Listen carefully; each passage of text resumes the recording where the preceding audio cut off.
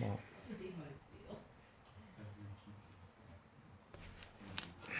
that's working. That's good.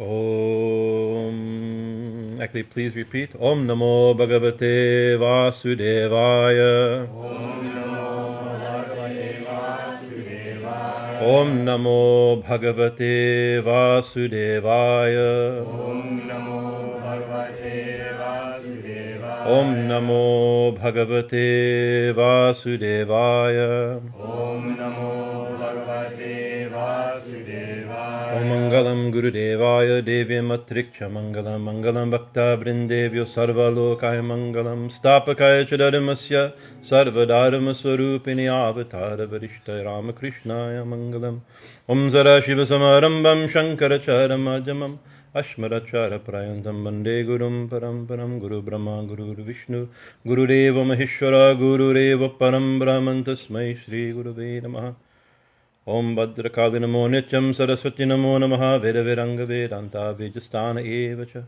Sri Ganesha Sharad Gurubhyo Namahari Thakur Jaima. So continuing our readings from the Srimad Bhagavatam Mahapurana, and the section we are on, have been on for years, is the prayers of Lord Brahma, to Lord Krishna. He had stolen, in the story which we summarized last week, but he had stolen, Brahma had seen Krishna do amazing things as a small child.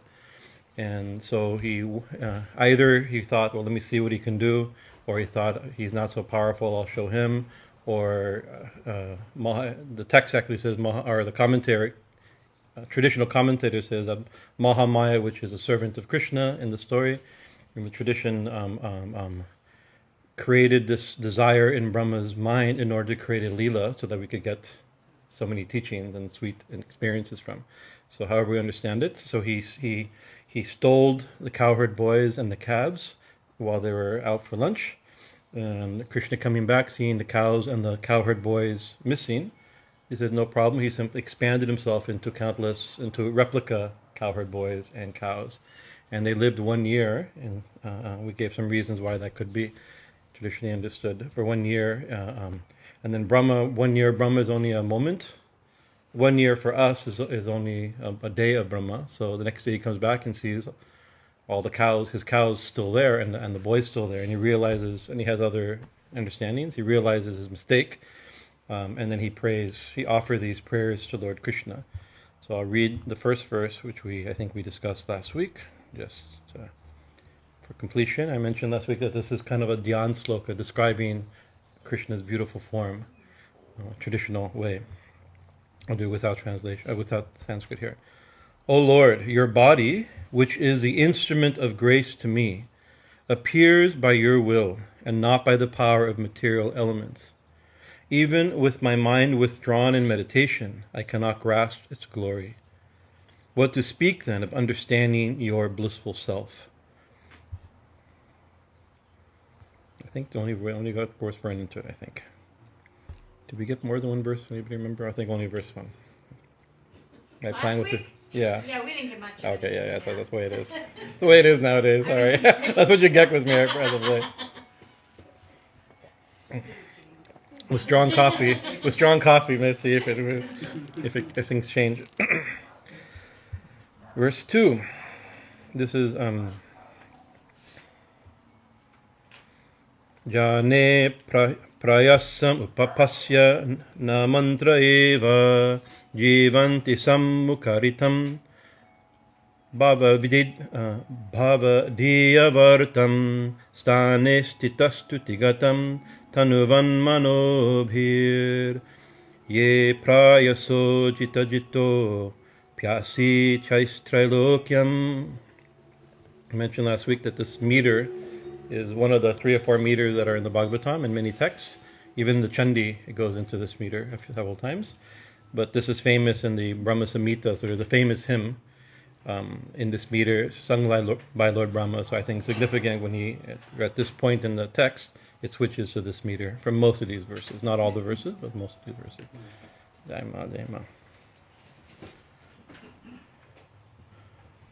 So the first verse is describing the beauty of Krishna's form, that why he takes it only to show mercy, only by his own will, not by the way we take our bodies. So by saying that he takes his body out of his own will, he takes body out of his own will only to give mercy to people, and then comparing that the way we take our body in other verses, it's by karma and kama and karma, by our action, by the results, what we deserve and what we want, that creates our bodies. Krishna is different. So by doing it, it's already establishing that Krishna's form, Krishna and Krishna's body, is not like us and our body, right? So his realization, actually Brahma is not nothing. You know, the universe, he creates the universe, right? I think last time we talked about the demiurge and all that. So he creates what did we talk about? The demiurge. We went into Platonic demiurge theology, but anyways, you never know where we're going to go. So he's not nothing, but he's this realization of him trying to do something and Krishna showing one-upping him on mystery, made him realize that Krishna is not just a little boy. His form is not normal, and he is distinctly different from Brahma, and therefore we are created by Brahma. Our forms are created by Brahma. This world is created by Brahma, right? But so it's very difficult. Actually, let's see, is it even possible for the creation to know the creator, for a effect to know the cause, right? And many times there's a verse, many places in the Bhagavatam, it uses this thing as like that an effect can't know the cause, and it simply says because it came after. Just that simple thing. It's just by time, it's impossible. By ontology, it's not possible, right? So that's the theme. Is that so we second after Vishnu, after God, can we understand God with the mind? So that's ultimately. So maybe this is one way that this scene is interpreted, is a Brahma thinking he could understand Krishna with his mind, and this is his. Actually, these verses, in a certain sense, are an apology for trying. So I don't mean like to challenge your philosophical systems, but if your philosophical system, if your religious system tries to understand God as your mind, you may have to ask forgiveness for such an act. Because Brahma, our great grandfather, he does just this in these verses.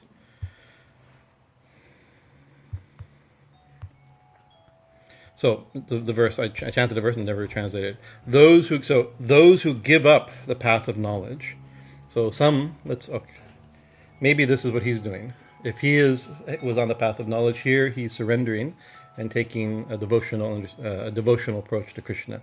Those who give up the path of knowledge, jñāne, prayāsam, udapāsya, and simply bow to you. Namantah, evam. Spending their lives, so if what Brahma is suggesting and he himself is doing, just give up this path of knowledge. Of course, this is the devotional text, so it's going to be arguing for the devotional perspective. Right? Give up the path of knowledge and simply bow to you. So what do you do with your life then?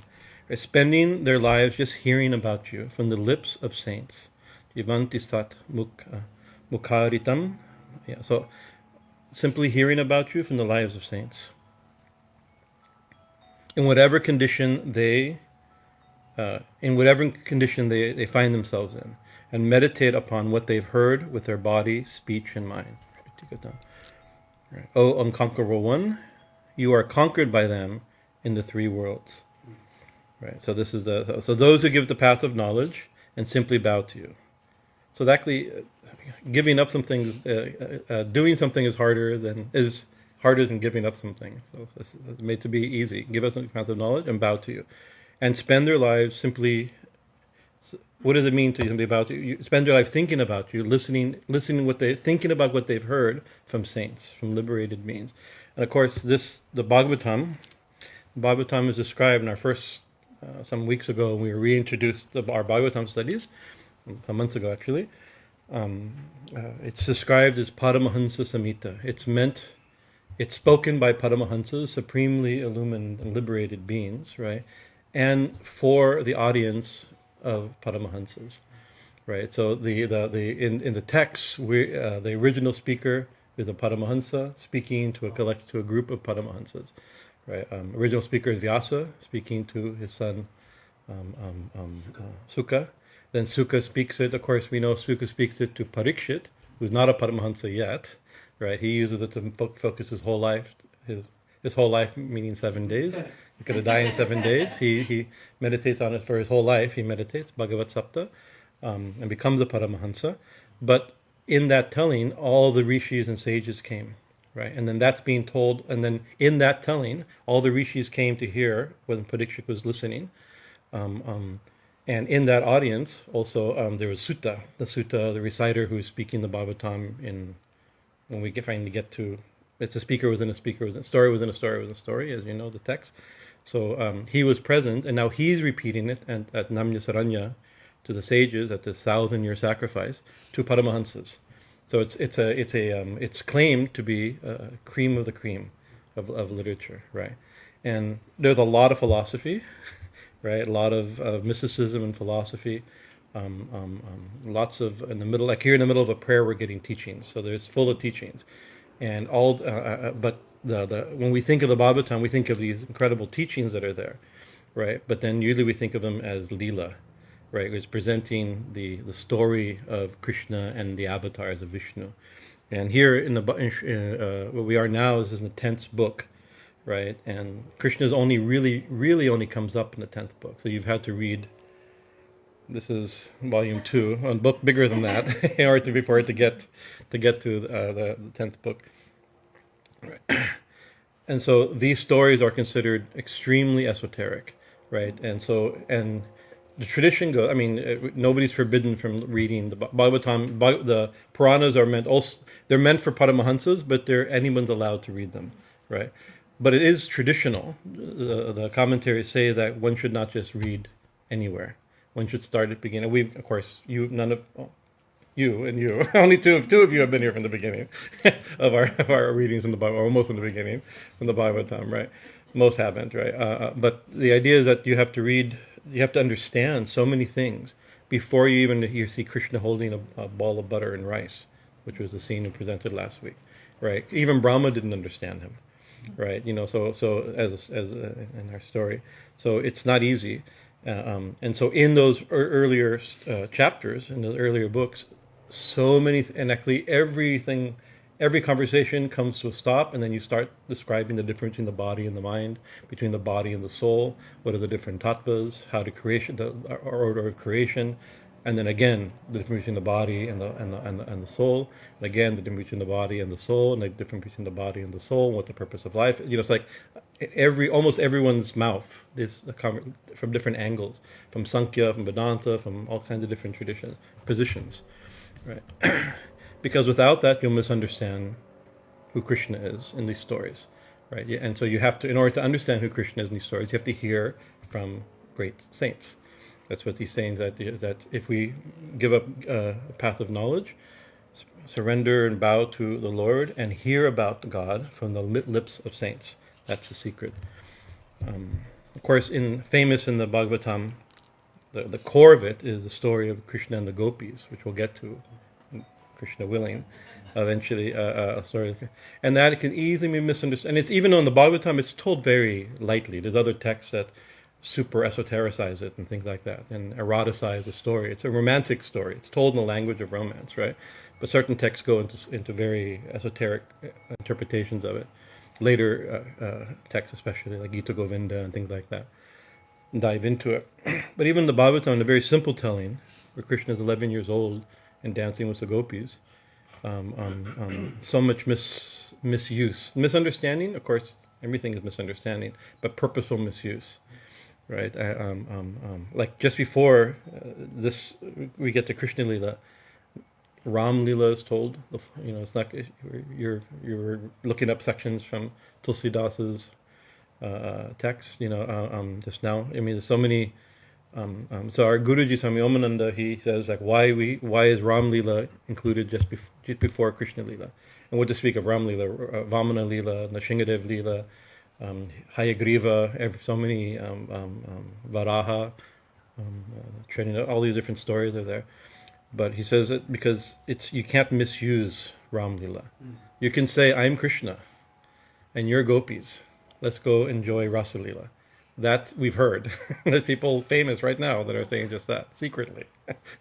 Their disciples have ex-disciples have exposed them for such statements, right? But nobody says, "I am Ram, you're Sita. Let's go into let's renounce the kingdom and go into austerity, into exile in the forest," right? So it's like but within that, there's all these secrets of bhakti and dharma are there, right? Without bhakti and dharma, you don't have the ears and the understanding, intellectual, spiritual understanding, to understand Krishna Lila. So we have to hear properly. The tradition is to hear properly. So this is what our Brahma is saying. Those who give up the path of knowledge and simply bow to you, spending their lives hearing about you from the lips of saints. So this is also, in the tradition is, what is it? Actually, it's from the Bhagavatam itself, the Nava Bhakti, the 9 forms of Bhakti. It's famously, it's 2-3 times in the Bhagavatam, famously it's in the mouth of Prahlad, right, to his schoolboys, school children. At 5 or 6 years old, he's telling them, but he tells them that the 8 practices, where it's Shravanam, Kirtanam, Smaranam. Actually, to go on Padasevanam, Dasyam. There's different things, but it always starts all the lists, and there's different versions of the list. Padma Purana has a version of the list like this, but Shravanam, Kirtanam, Smaranam always start the list. So Shravanam means to listen, right? You're listening. And Kirtanam is to speak or sing. I'm singing or speaking, right? Of course, when we do Kirtan, it's like we do Kirtan, I sing, you listen, you sing, I listen, we like this, right? But even of course, Kirtan is that process, but actually the process of learning about God is also the process of Shravanam, Kirtanam. And that leads to Smaranam, remembering. Right? You hear, you chant or speak, tell the stories, listen to the stories, contemplate, and then remember the stories. And then the other forms of bhakti come, because actually the other forms of bhakti, becoming a servant, worshipping the feet, offering prayers, surrendering oneself, they have no meaning if you don't know who the object of your worship is. That only comes from listening.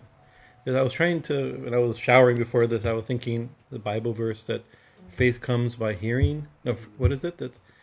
Faith comes by understanding by hearing. I was going to look it up. I didn't look it up. Maybe I'll find it. But something like that you actually hear. It's by hearing that you hear. By hearing the word of God, I think, is a punchline in that biblical verse. Right? By hearing the word of God is where we get our understanding. And they met. So in whatever condition they find themselves in, sthāne, sthitāh. So we can be very comfortable and we are sometimes very comfortable, sometimes very uncomfortable. Sometimes we're well situated and badly situated. Sometimes things are very peaceful. Sometimes things are very chaotic, and all kinds of conditions. Whatever conditions we find ourselves in, as a result of destiny and world events or our own karmas, and our own karmas, right? Whatever condition, this can be done. Other forms of sadhana you can't do in any situation, right? We had interesting. I may have told this story. I had a devotee here that he was contemplating. What was it? He was driving home late at night. Actually, driving across the desert, right, to a job he had. A couple hours into the desert late at night. Imagine driving across the desert late at night, easy to fall asleep. But he was thinking to himself. He told us, right, like what? There's so many different methods of understanding of meditation. Like what is the best? You're thinking for himself, not trying to judge other people. Like there's chanting, there's study, there's contemplation between the atma vichara, between the self and the not self, and the tattvas, all these different things you can study, the categories of Vedanta and things like this, and the Mahavakyas. He was thinking along those lines, all the different methods of meditation there. And just then also in that process, he kind of dozed. I think about these things going to sleep too. You shouldn't think about going to sleep driving, but I've done it going to sleep, right? And he briefly, I have a tendency to easily fall asleep driving. I have to be real careful. Right?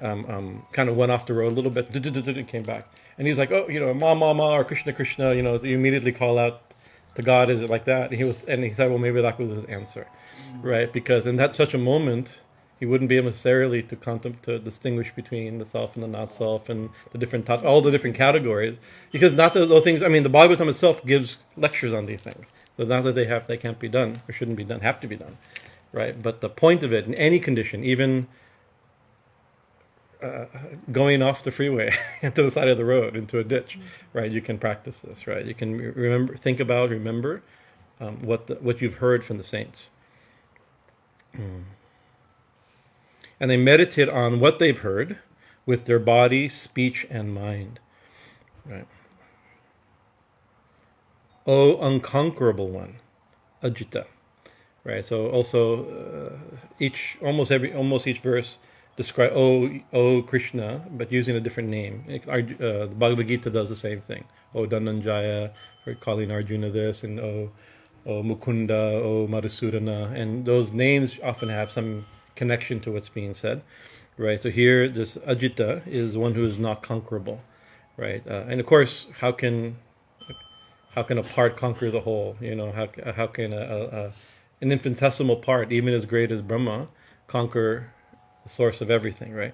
So, but it says, O unconquerable, you are conquered by them in the three worlds, right? Those people who give up the path of knowledge, bow to the Lord, remember the Lord's, remember God, what they've heard from the lips of saints, right? In any condition, with their body, mind, and speech, right?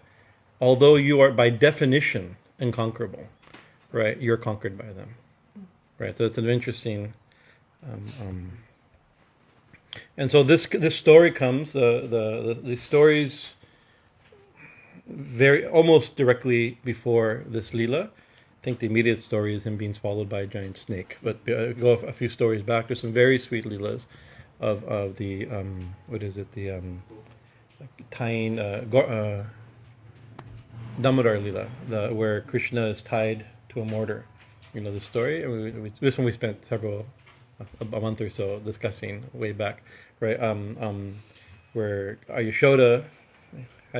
Maybe not suggest there's these ancient child discipline techniques. I'm not sure. They're changing now. They have issues.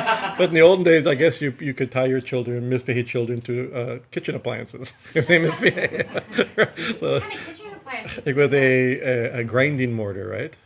Right? I think so, right?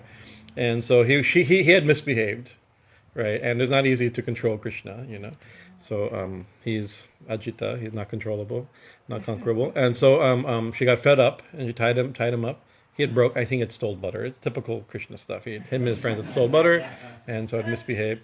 And then the story goes, it's a very deep story, long, complicated story, but he sees, while he's in timeout tied to a kitchen appliance, he looks out the back door, and he sees these two trees standing next to each other, Arjun trees. And he thinks, the space between them, a little boy may just be able to fit through there, right? And so he kind of goes and as he goes, he drags this big, impossible, like a refrigerator or a stove across the thing, showing he's infinitely strong, even though a little child, right? And he goes in, and then he goes, oh, see, I did fit. I knew I could fit, right? It looked like I could fit. Now I can like that. And he looks back and he realized he was kind of caught, and he just kind of gives a little tug, and the two trees come crashing down. There's a long story. There were two sons of Brahma were in the curse of being those trees, and they were released.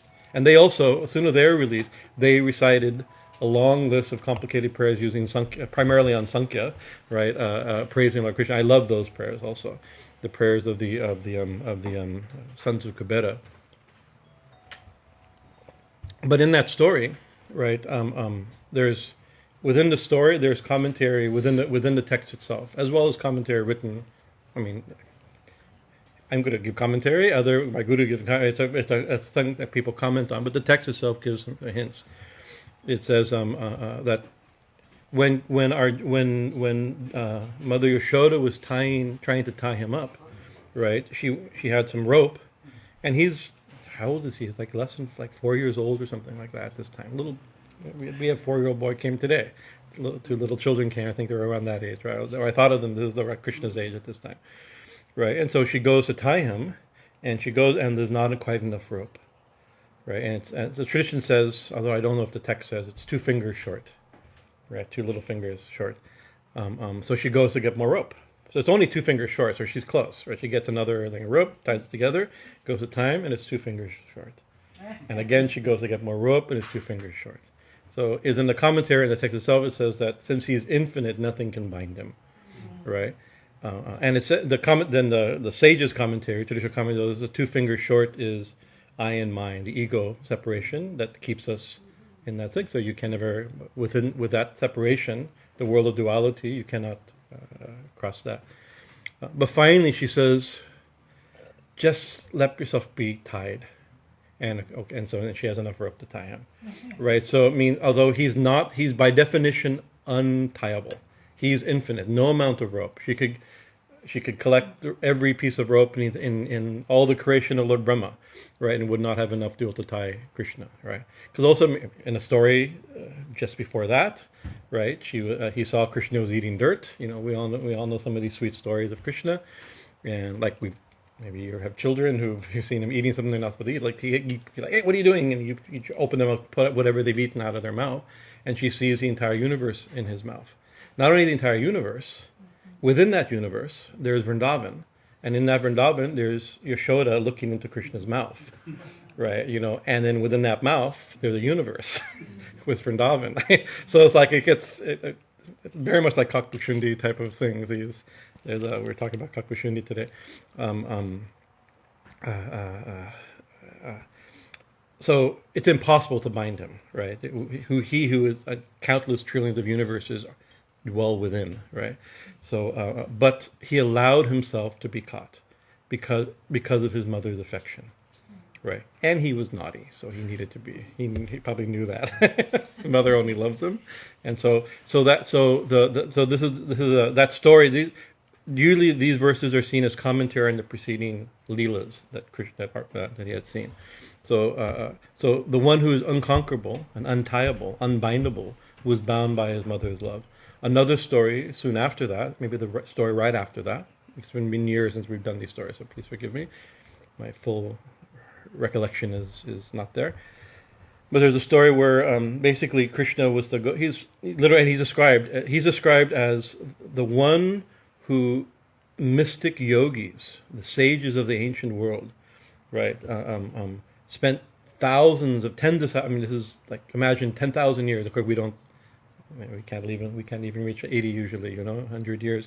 But the idea is like, these yogis in ancient times could meditate for 10,000 years, right, on the supreme truth and not get it, right? Because it's impossible, right? It's like that supreme truth, the mystic yogis since ancient times, meditating for thousands of years, could not realize, right?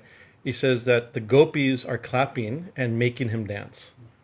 Right, so he's dancing with a little child to the adult gopis, So he's dancing according to their whims. They're controlling his dancing, right? So it's like impossible, right? But possible out of love and affection, right? So this is the point of these things that I put in my notes. Krishna, who remains unknown to yogis, is dancing for the gopis, right?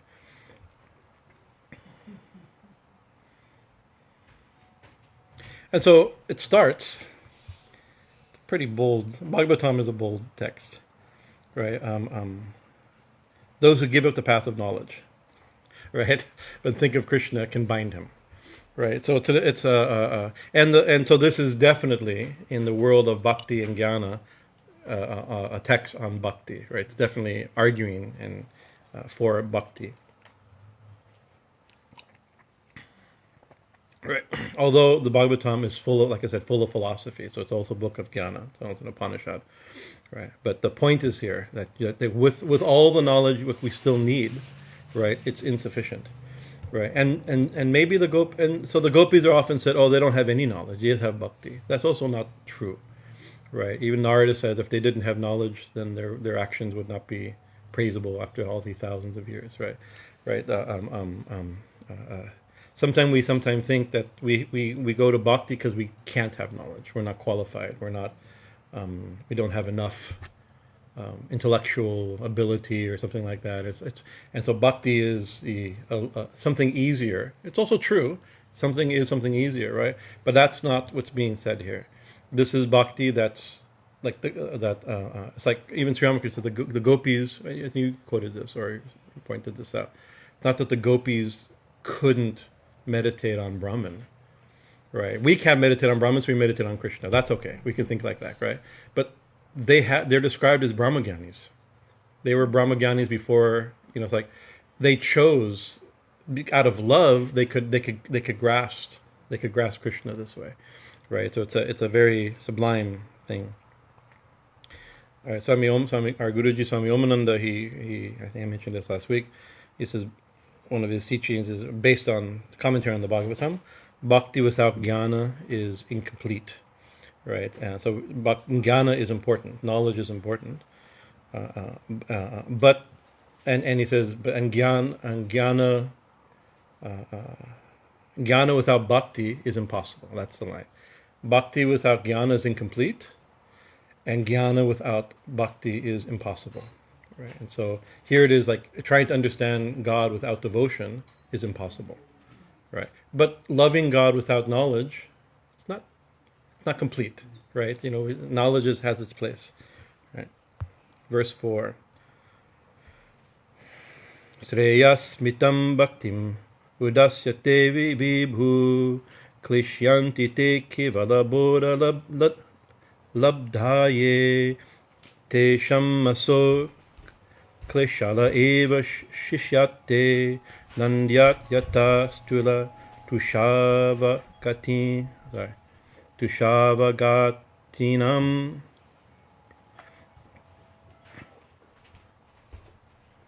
So the other one is those who give up the path of knowledge and take up the path of devotion, right? They can. It's a big statement. Those who give up the path of knowledge and take up the path of devotion can capture God that's uncapturable. Can conquer God that's unconquerable. Let's look at the other side. He's now comparing those who give up the path of knowledge, path of bhakti for the path of knowledge. There are some who reject the auspicious path of bhakti, right? So there are some who reject the auspicious path of bhakti, and they struggle to know you, O Lord, with their minds alone. Kevala Buddha. They struggle to know you. Let's see what the klishyanti. They struggle. They suffer. They struggle to understand you with their minds alone, giving up, rejecting the auspicious path of bhakti. The only thing they achieve by this, see, those who give up jnana for bhakti, they conquer the Lord. What they achieve is conquering the Lord, right? So this is a comparison. The ones who give up the path of bhakti and try to understand you only with, of course, that only is a thing, only with the mind, right, which is impossible. Right, they struggle to understand you. What do they achieve? The only thing they achieve is that struggle. Right, the very struggle itself is what they achieve. Same word, klesha. Na anyat, and nothing more than that. That's a very.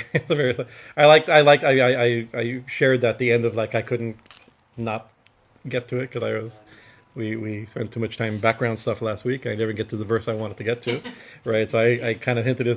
I jumped to that verse because it's such a beautiful. I like this idea of those who they struggle. I'm one of those people who sometimes struggle to understand God with my mind alone, right? And at the end of the day, we have what we've attained is that struggle, right?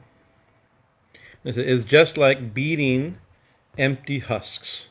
Right, like rice husks, you're trying to get rice. You're trying to beat an empty husk to separate the husk from the grain, but there's no grain, right? So you only the husk and no grain.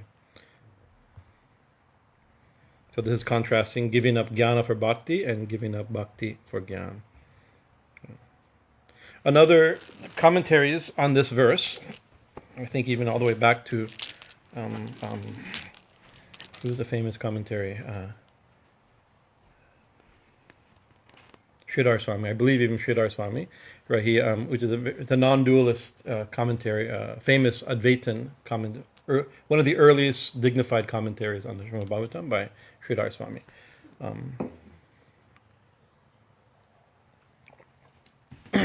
He says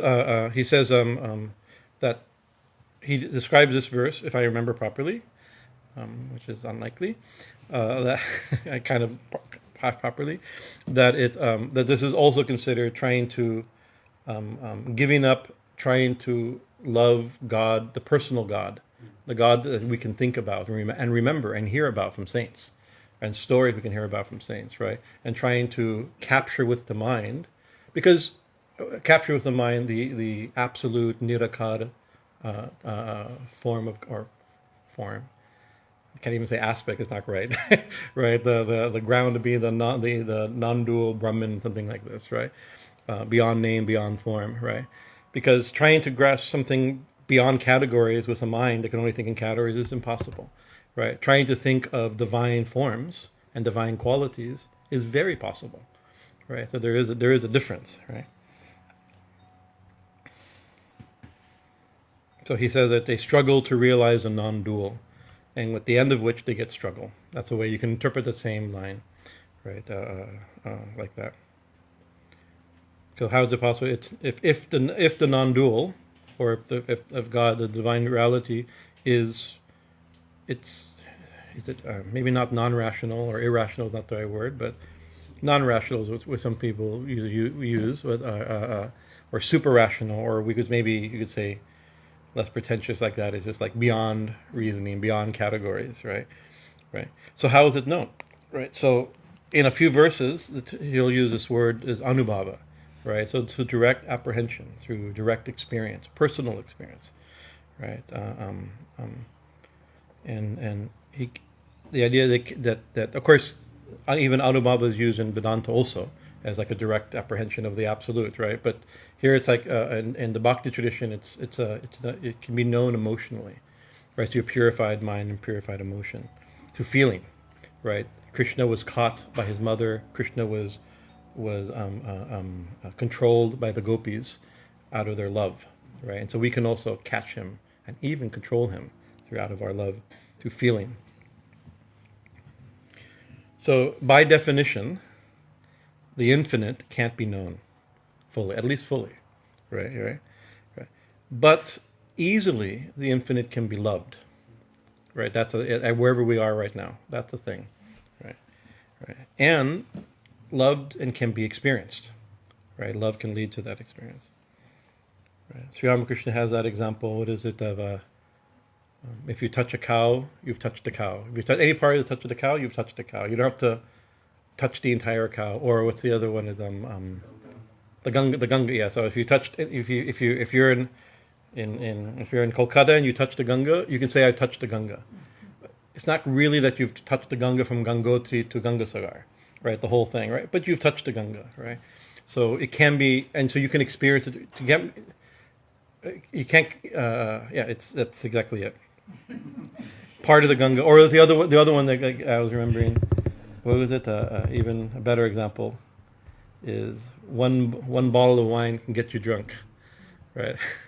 Right. Do I need to know, do I need to understand how many bottles of wine in every tavern, or do I need to drink every bottle of wine in every tavern? One bottle is enough, right? So that experience you can have a direct experience, right? That's the point.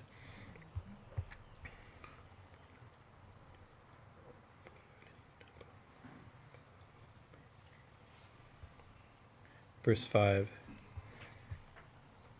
Peter has changed a little bit. Pureha bummam bahavo pi yoginas tvar arpi teha nija karma ladhaya vi bhuja bhaktaiva kato panita nitaya prapedhrinicho nuchategatim param.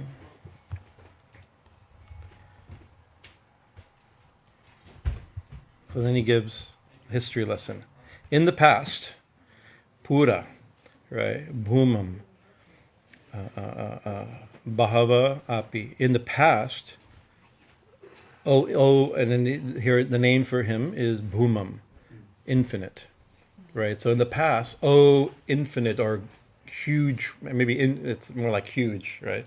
The huge one, infinite one, right? Pura iha bhumam.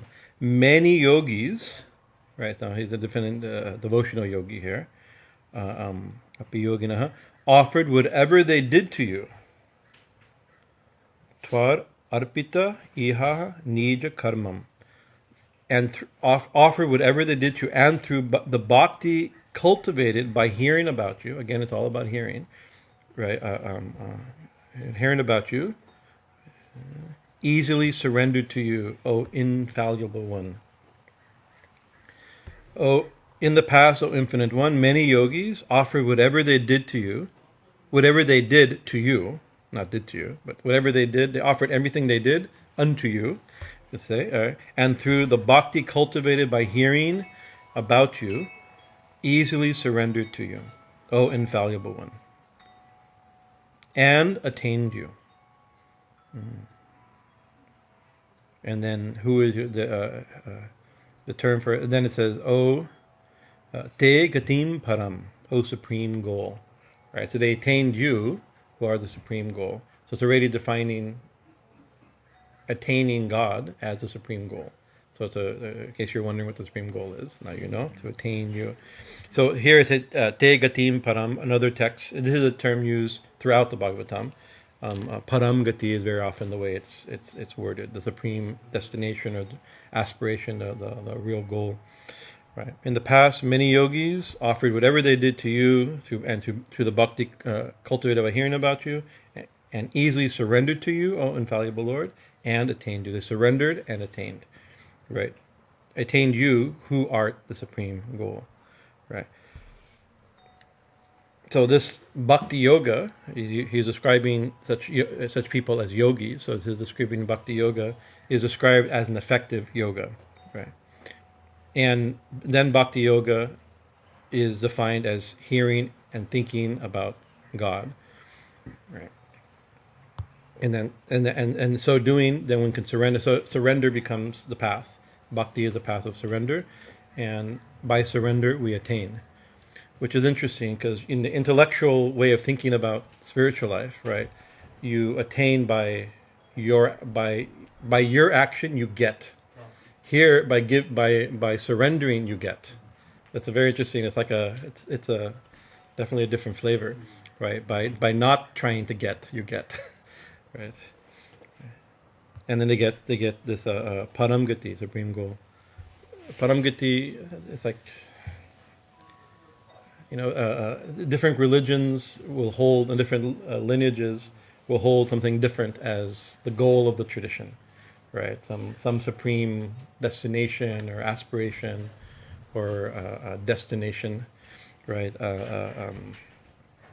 So sometimes, like there's in the Vedanta and both in Vedanta and Bhakti traditions, there's different types of mukti, right? There's absorption into deity, a union with the deity, or a form similar to the deity, or living in the world of the deity, or closeness to the deity, right? These different types, saruja and those type of bhaktis, those type of liberations, right? Or in Christianity and others, it's attaining the heaven, and God's presence, right? However that's understood, or liberation from the world of birth and death. In Sankhya, it's defined a little differently. Kavalyam and things like this, right? Some idea of salvation or liberation or some destination, right? That's the final beatitude, right?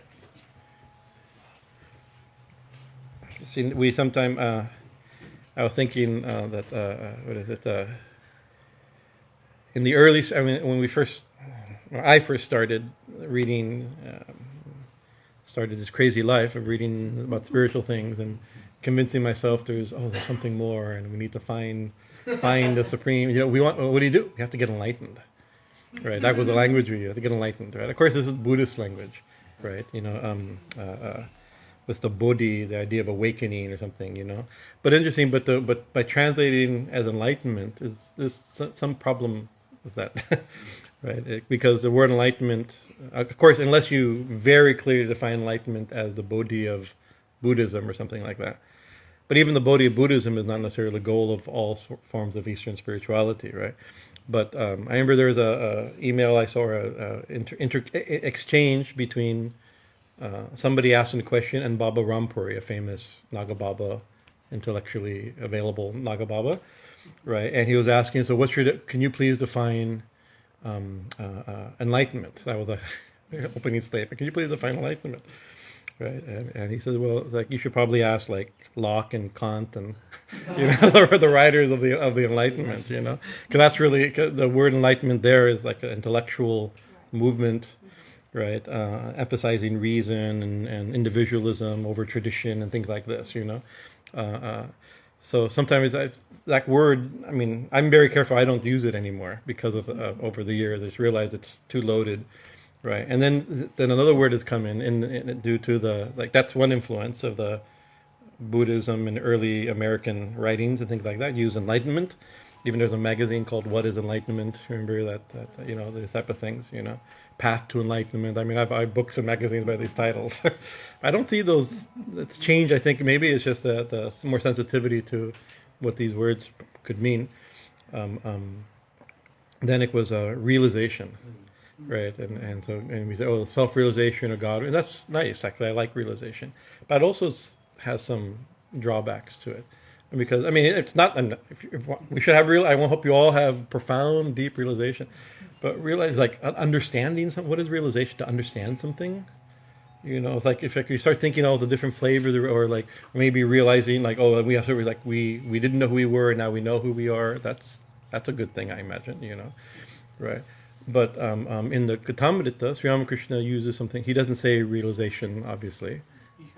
Ishwar Labh. So you could say attainment, but even attaining sounds like almost making God into an object. Mm-hmm. So we've been working and translating it, find God. Yeah. Because Labh has that sense. It's not like sometimes you can have sense of Labh as in attaining material wealth or something, but doesn't seem that's what Thakur means. It's like you find God. You even we're reading today where he says you have to seek. The one who seeks is the one who finds. So that compares seek and find. Of course, we have that language in the Bible also. So seek and there's find. an encounter. Finding implies more of that encounter.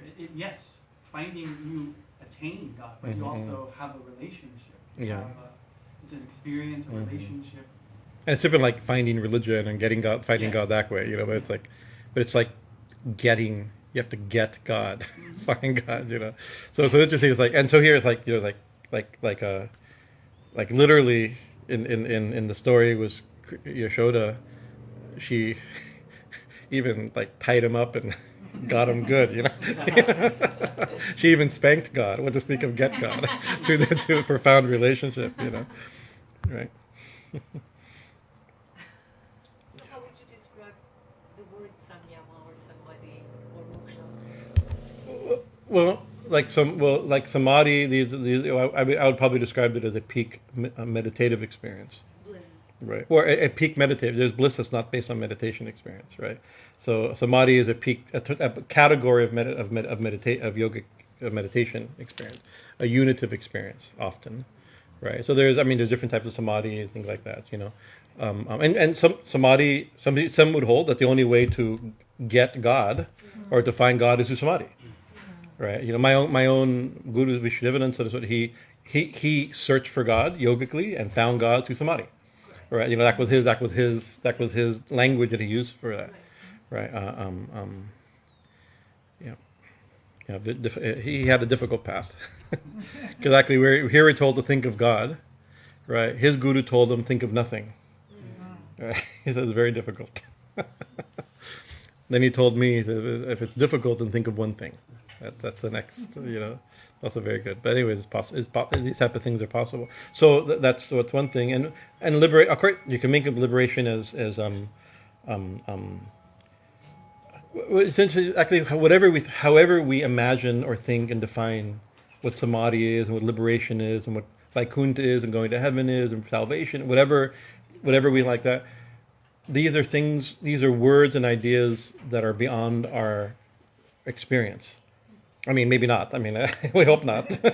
Please forgive me if it's opera to assume, to say this in front of people who may have had these experiences, right, or this experience, right? But generally speaking, it's like, so paramgati, I think, is whatever the supreme goal is, right? If we have a hunger for God, if we have a hunger for the divine, right? And according to our tradition, the path we're on, sometimes I think it may be due to previous lives, something like that.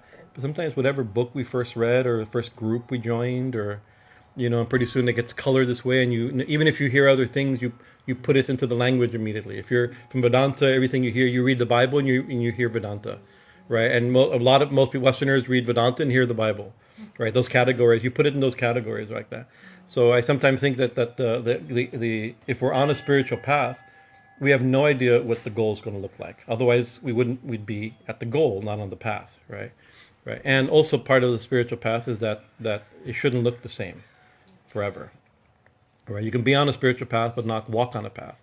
Walking on the path means the topography is going to change continuously. But you should feel I'm on the path, and I'm searching for whatever the technique or the idea. I'm pretty sure we're going to be pleasantly surprised. whatever the next moment's going to be, or what the final moment's going to be. Right.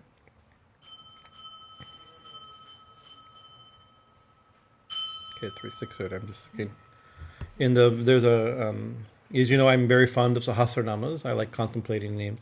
So name 12 of the Vishnu Sahasranama, Muktanam, Paramagati, Paramagati. Same thing. The supreme goal of liberated beings. This is interesting, right? So whatever liberation is, so this could be interpreted, I mean, I'm just thinking without thinking about the Sanskrit in English, is that a liberated being's goal was whatever their goal is that they attain. But generally, the commentaries on this name say that liberated beings, their goal is the lotus feet of Vishnu, in the Vishnu Sahasranama, like this, right? So God is even liberate, because in the Bhagavatam it says this is meant for liberated beings. It's a path for liberation for us, but liberated beings are themselves, like the gopis are liberated before they ever met Krishna. That's what the scriptures say, right? Yeah, but they're running after Krishna, right? Even Yashoda, anybody remember who Yashoda was in their previous life? Yashoda, and she was a yogi. There was a yogi couple, right? And they did tapasya, right? Very high beings, liberated beings, right? And they had a vision of Vishnu, and they asked that their boon that they desire. This is after liberation. Their boon is that he'd be born as their son, and they wouldn't know he was God, right? Devaki asked a similar thing, right? She was also Devaki, and Vasudeva were also great yogis in the previous. Their backstories are told in the Bhagavatam. I just don't remember. I forget God's great grandfather. I don't remember. Grandfather. The full details. So I'm still trying to find God with the big other grandfather. But even God had a grandfather. His father is Zetamora, so these things are important, right? Even God has a father. Here's my point. So she prayed that he would be born as Devaki prayed that Krishna be born as her son, right? But she didn't pray that she wouldn't know that he was God. So she had this motherly affection, Vatsalya Bhav, right, as well as Aishwarya, knowing that he's God. She was God, and so immediately he appears in the story. He appears when he's born, 4 arms holding it was a crown. Right, they see literally he's God, and then he becomes a little baby, and they go and try to save him with all parental affection. So it's that mixed knowledge, right? So we can see that's, I mean, also, and we, as readers, also Krishna too, Bhagavan, we know he's God as we hear the stories. But some of the characters don't know he's God purposely. Even when she saw Yashoda opened his mouth and saw the universe, immediately she forgot. He says, "Stop eating dirt! I told you to tie you up again if you not behave." It's like it's the same. So it's not that she's poor Yashoda. She can't understand the nature of Brahman or something, right? It's like you cannot compare anybody to Yashoda, she's the only person in history to tie him up, right? Right, and spanked him when he misbehaved, as far as we know, you know. So that's the. It's so hard while you're talking about Krishna to not completely relate it to Mom. It's just indivisible. Yes, for Every sure. time we connect with her through bhakti, Yeah, we forget Yeah. afterwards. No, it's the same thing. I mean, this story is about like. Huge and aparajita. Yeah. Exactly. It's Yeah. so beautiful. Yeah. That's very one. And actually, even in the some texts describe, as far as connecting her to, we can think of a non-sectarian perennialist view that Krishna and Kali are the same and the same. That's our perspective. It's Ramakrishna's teachings also. But there's even texts that say like this. There's this Leela, right? Like when Krishna Leela, actually Kali took the form of Krishna in order to have the sweet relationship, right? So the relationship of devotion is so important that It's she so took this easy form. to- And so You don't have to be of course, a scholar. the thing is, it's easy, relatively Be a easy, scholar, but you can forget it. right? You know, it's like, well, I don't know if it's easy, but it's possible, right? The path of jnana without bhakti is impossible. That's the claim, right? The path of bhakti is not easy. I mean, this is a room full of bhaktas. I don't think anybody would say it's easy. Sucks, actually. You know, it's horrible. The whole thing is horrible from beginning to end. You know? But it's sweet from beginning to end. Right? Obviously, I'm joking, but not really. Like Yashoda, stop. You know, it works this way. Right? It's wonderful, of course. You know. Somewhere the jñāne floats down the river very easily, but then the bhakta cries and laughs and weeps and sings Yeah. and bobs up and down. Yeah. It's an emotional stuff. Exactly. Yeah. So that's a nice thing. So, Swami, I almost forgot because it's now time, and I would forget. You had a verse or thought of a summary, or you can summarize a verse There's a from. portion of verses in the Uttarakhand of Tulsi Das's Ramayana. Kakbhushan Crow is reciting one version of the Ramayana. Things to Garuda, and he describes the difference jnana and bhakti. And so he describes jnana, and he has this whole elaborate thing where everything is a metaphor. You have the cow of humility and the pasture of discipline, and then they give birth, and then there's the birth of the calf, and it's the calf of this, and then eating the grass of this. It's just the whole thing, and then you take the oil of another. I can't remember all the. It's like the oil of this, and you string the cotton of your mind, and you put it in this place, and you have to Tulsi protect. Das is good at those things. And then it goes on for verse after verse of like making sure that the windows of the senses are closed so it doesn't put out the lamp. So the whole thing is this, jnana is like a lamp, and it takes a lot to make the ghee, to make the wick, to put it in the vessel, and keep it in a safe place and keep it lit. And after going this whole thing, then Diproji found Found the verse. Found the verse. Deeperji is our guy who finds verses for us. he is a verse whisperer. The verse whisperer. Yeah. So then he complains. Then Tulsi Declares. that Kakbhushundi declares that bhakti, unlike all that work, bhakti is like a gem. It's like the radiant gem. And then it goes very simple. The beautiful wish-yielding gem, Chintamani, of Sri Ram Bhakti embodies supreme effulgence. It spreads its radiance day and night, requiring neither a diya, a lamp, a ghee, nor a bati, a wick, to light it. So after all this thing is like in one verse, he describes it. Bhakti, it just radiates by itself, and it's a radiant gem. It's It's wonderful, but But it's still difficult. We have this beautiful lamp that we have to tend and clean and all the things that it's like that. But it's easy to get. You can go to Little India, get the little lamp. Amazon will send you the wicks now. They'll send you things like that. Gems are not easy to get. Right? True. It's not that easy. The gem of bhakti is not that easy. It's permanent. If you have it, it's easy. There's this. I'm remembering one story. This is. Get it, either Jiva Goswami or Rupa Goswami, I'm forgetting. One of the direct disciples, the ascetic disciples of Chaitanya Mahaprabhu, right? And the story goes, more or less, he was in a small kutir doing his tapasya, his japa, and somebody heard that he had a wish-fulfilling gem. kalpataru, right? Kalpa, no, Chintamani. Chintamani, right? Some gem that will give him, and he has some need, he has some desire. And so people go to sadhus for all kind of reasons. It's not always the highest reasons, right? Who are you going to go to? We go to Ma, and, whatever. So he came and says, I heard that you have this gem that if I have a problem, I need some money or something like this, right?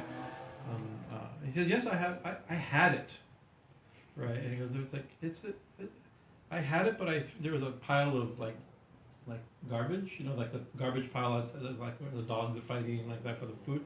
He says, I threw it. It's in there somewhere. Right? I threw it there, right?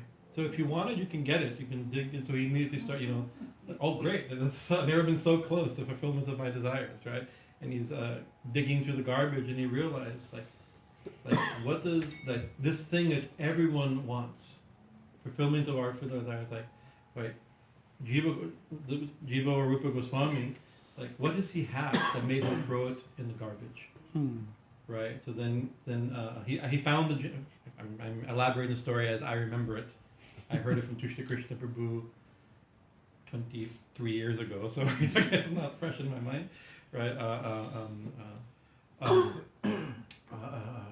And so he says, I want what you have, right? Which is bhakti, right? So if you want it, you'll have to throw this in the river, right? So he throws the gem. He has to give everything because this is the one thing that having that you have everything. But it's not that easy to get. That's the thing. So Swami Shivananda Saraswati from Rishikesh, Divine Life Society, he also says people say, bhakti is a simple path. It's for simple people. It's easy. We have the easy path. He says, all paths are difficult. The ego, the same problem as everything. The ego has to be overcome. Attachments have to be overcome. All the same kleshas, the same diseases, the same poisons that I mentioned, the threefold poisons, the same has to be gotten through no matter what. Right, we say that he says in order to encourage you, right? To encourage you, but actually, still, Sri Ramakrishna said that it is in Kali Yuga. It is actually an easier path. That he said over and over again, right? Because it's natural. Swami Vivekananda in Bhakti Yoga said it's a natural path, right? Renunciation. Everyone will have to have renunciation, but to renounce something, to give to something artificially, out of willpower, that's of course can be done. We try. We have to do.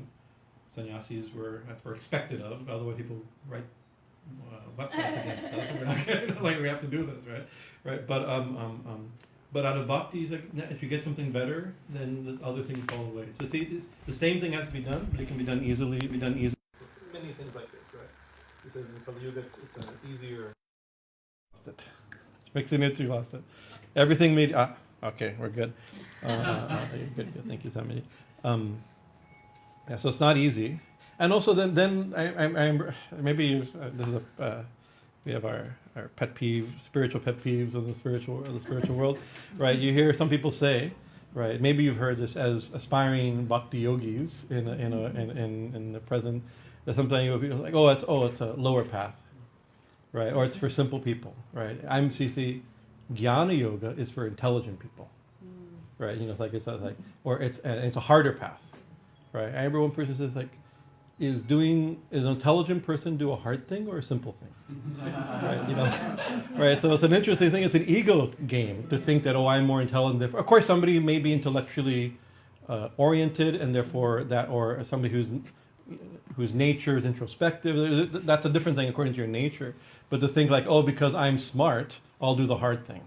That's a strange. Maybe there's joy in that. Because I'm fit, I'll go straight up the hill, rather than I'm a little out of shape, so I'll go the long. There's something like that. There's different joys, right? There's different natures like that. But sometimes just equating it, or it's for a lower level.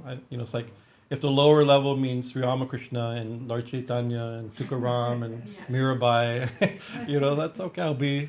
I'll dance with the fools, right? The divine madmen, So.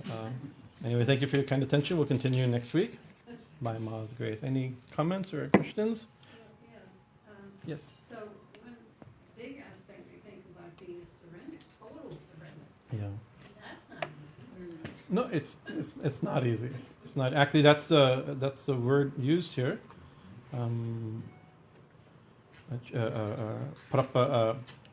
Prapedire. They achieve. Unconquerable One. Hearing about you, they easily surrender to you.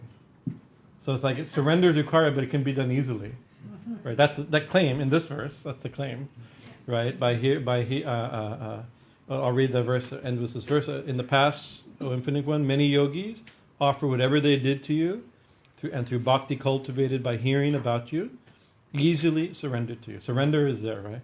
Oh, infallible, and attained you. Surrender leads to attainment, right? And so you could say, you can take it without. We're in a hypertheistic mode in Bhagavatam, right? You can take it like just like, oh, when the ego is let go, then the self is realized. I mean, you can word it. No, it's still the same dilemma, right? But this one's easily surrendered. Yeah, easily surrender is not. Yeah. And also, it's easy. It's still not easy, even to surrender to one you love. The ego gets in the way and screws it all up. Even in human relationships, right? So that's still the case. But it's definitely easier to surrender out of love, right? Anything out of love. Yeah. But chronologically, how long after the Bhagavatam was the Mahabhagavata Purana available? The Devi version. Devi version. And both It's- Devi Bhagavata and Mahabhagavata. From what I've seen, the dates for the Mahabhagavata, Yeah. it extends and they from like Yeah. it's a big gap Yeah. or a big epoch where He's talking about there's a Shakta, there's many texts under the title Bhagavat. There's Devi Bhagavatam, which we also give classes on, and there's a shorter text that seems to be very popular in Bengal, like the time of Ram Prasad and things like that, and I think had influenced a lot of things in that text that probably feeds because they're the inspiration of Ram Prasad and Komalakanta are some of the Shakta worldview of Ramakrishna, Sri Ramakrishna most likely. But like one What was it article called? said it's like somewhere between the 11th and 16th century. Yeah. That's a pretty big. yeah. You know, Yeah. Whereas Bhagavatam is 1,600. Something like that, yeah. And it's of course the story is about things that happened in ancient times, thousands of years ago, but it seems that written in most likely South India, Brahma, I know right now, Swami Bhajanananda is giving classes, and he described it the other day when we were there. Right, it's like the last of the scriptures. Bhagavatam. Yeah, he's like, it's like there's obviously the Puranas but it's like the level of this type of scripture. It's the last of them to be recorded, right? So it's the most recent of the great. Of course, there's so many. Even his books are like scriptures to us, Yeah, but he's not talking about the tantras and some yoga shastras and things like that come later, and other things. But it's important. Yeah, it's a goodly amount of time, and then the Devi, I'm forgetting the Devi Bhagavat. They're considerably later, right? Bhagavatam is older than the. Actually, it's using the prestige of the name Yeah, right. that these other texts, become known. Right. It's interesting because we're describing here, especially in these verses. I mean, and throughout, a heavy emphasis on bhakti, right? But in the next week's verses, we'll describe the one we have in Bhakti, Krishna, who we know who holds butter and yogurt in his hand, yogurt and rice in his hand, and the flute and like that, and is chased by the gopis and all that very personal, intimate reality. Also described as without form, without qualities, without cause, without movement, right? The self-evolved, non-different from the self. It's like it's a beautiful mixture of it's a method of attaining the non-dual reality, right? Through love, right? But not like making as soon as you love and you attain it, then it becomes non-dual. Like because the non-dual reality is known in three features. That famous verse. I think we talked as Brahman, Paramatma, and Bhagavan, right? So, and Sri Ramakrishna says that his mother is the Brahman of the Vedantas, the Atman or Paramatman of the yogis, and the Bhagavan of the bhaktas, right? So it's a one reality, right? So that's we have to remember it's a devotional text, right? And it's and full of Advaita, right? So it's something we don't used to hearing that, but that's why the earliest commentators were Advaitins. Right, Sridhar Swami, Madhusudananda Saraswati, these great, these are the early. It took a while before the dualistic devotional teachers began to. You can imagine why that is, right, historically why that is, but when they started to comment and they began to accept the Bhagavatam, it was they nervously dealt with the Bhagavatam. The stories were known. These are the stories, like, but other texts were there. Jai Sri Guru Maharaj Ji ki Jai, Mahamai ki Jai, Swami Maharaj Ji ki Jai, Sri Krishna Bhagavan ki Jai. Hari Om Tat Sat. Perfect. Okay. Thank you for the verse. Oh my goodness, so many flowers.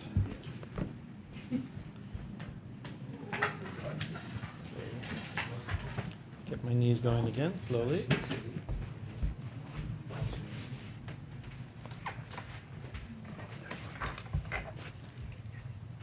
Boom! Shaka, Mandir.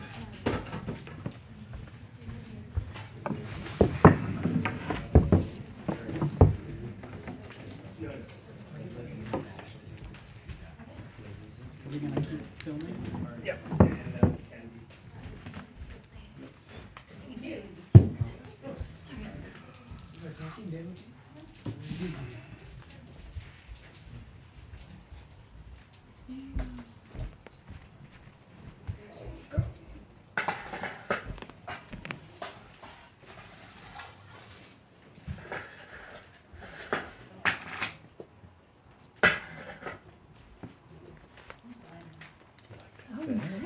I like that.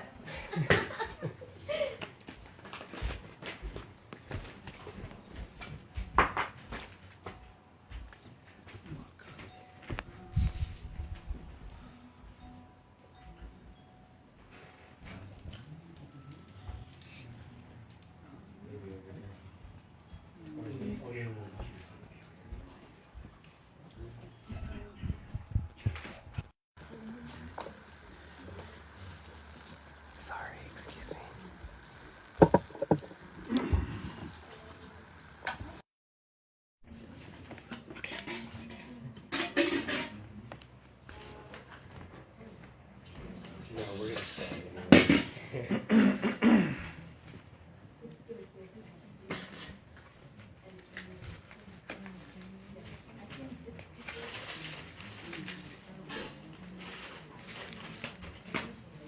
Om Sri Gurubhyo Namaha Hari Om Ganangadhanapati Gumnavamahi Gadamdamino Pavasravasramam Yeshrajam Brahmanam Brahmanaspadana Srimad Om Shri Man Mahagananapatayi Namaskrinarayanavyam Namaha Umamaheshwaravyam Namaha Vanhiranyagarbhavyam Namaha Sundaravyam Shidavatavyam Gudavatavyam Granavatavyam Vasudavatavyam Sthāne Devi Sarvabhyo Devi Sarvabhyo Brahmanevyam Sarvamangam Guryamaranyam Varinam Shubham Narayanam Namaskritya Sarvakarmanigale Om Vishnu Om Vishnu Om Vishnu Om Tad Vishnu Paramam Param Sarapashim Subajiv Shakiratitam Om Apavitra Sarvavastam Vitotiva Jashvit Mandari Kapsham Labhya Bhendra Sri Sri Vishnu Sri Vishnu Sri Vishnu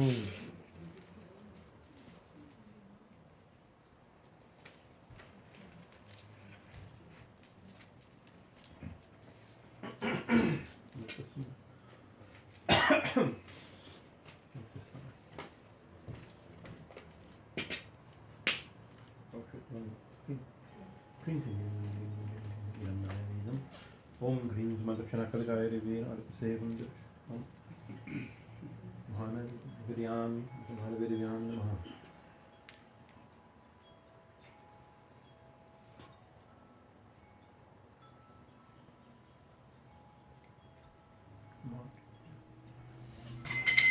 Ekaparam Madakshana Kalgaya Mukhana Saman Mukhana Kalgaya Revir Sarvam Om Madakshana Kalgaya Revir Namaha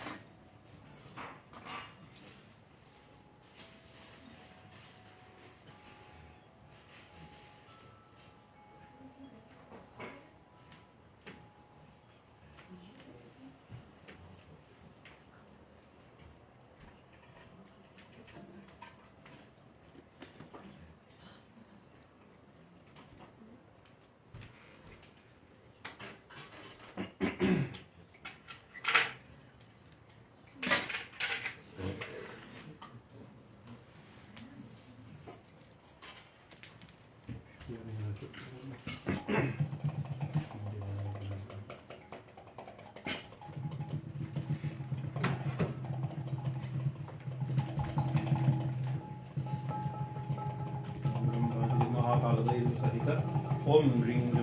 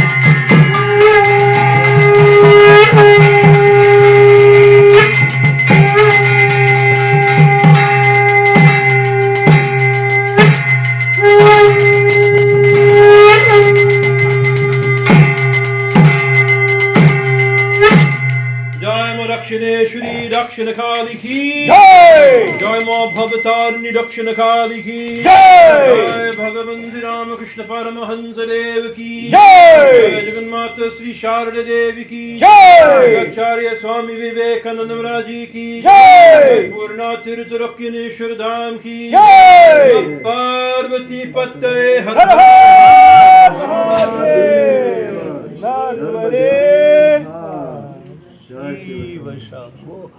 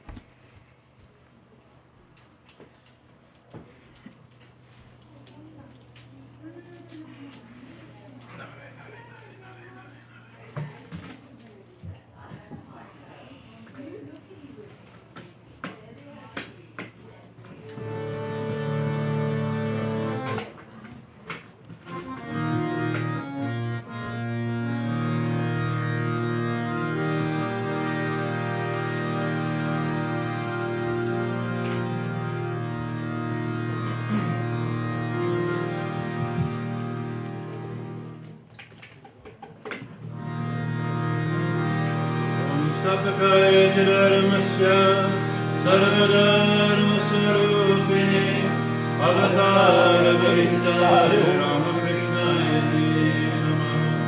Om Jananim Sharanam Devi Ramakrishna Nagaguram Varaname Deyo Srita Namami Guru He Krishna Karuna Sindhu Dinabandha Jagatpate Gopesha Gopika Kanda Radhakanda Namustute Taptakandra Gorange Radhe Vrindavaneshwari Vrishamani Sudere Paramani Hari Priye Om Namah Shivaya Shandaya Karanatrahe Deve Devyami Tatmani Gattikvam Parameshwara Om Kali Kali Mahakali Kalike Parameshwari Sarvananda Devi Narayani Namostute Narayani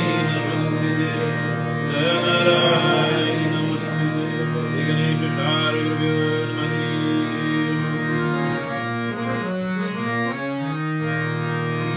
Om Namo Bhagavate Ramakrishnaya Om Namo Bhagavate Ramakrishnaya Om Namo Bhagavate Ramakrishnaya Om Namo Bhagavate Om Namo Bhagavate Ramakrishnaya Om Namo Bhagavate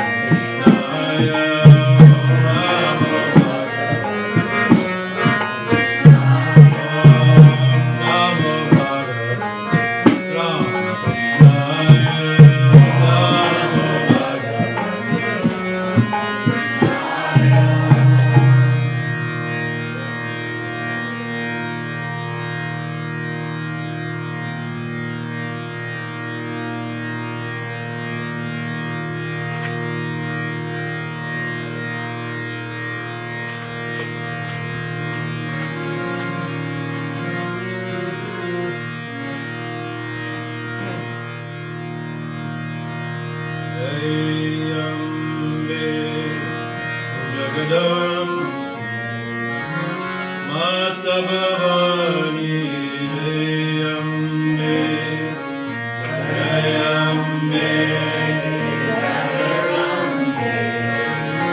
Mata Bhavani Jayambe Jayambe Jagada Mata Bhavani Jayambe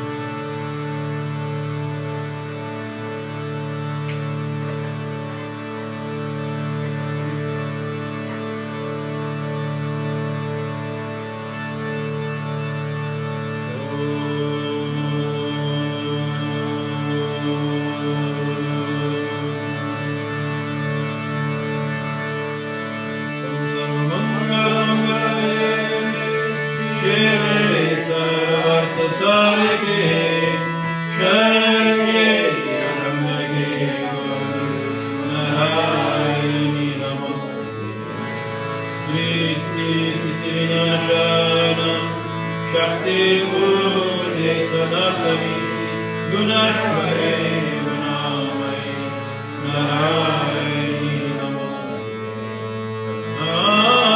Agatina Paritrana Parayane Saraswati Narayani Namaste Jai Narayani Namaste Jai Narayani Namaste Jai Narayani Namaste Jai Narayani Namaste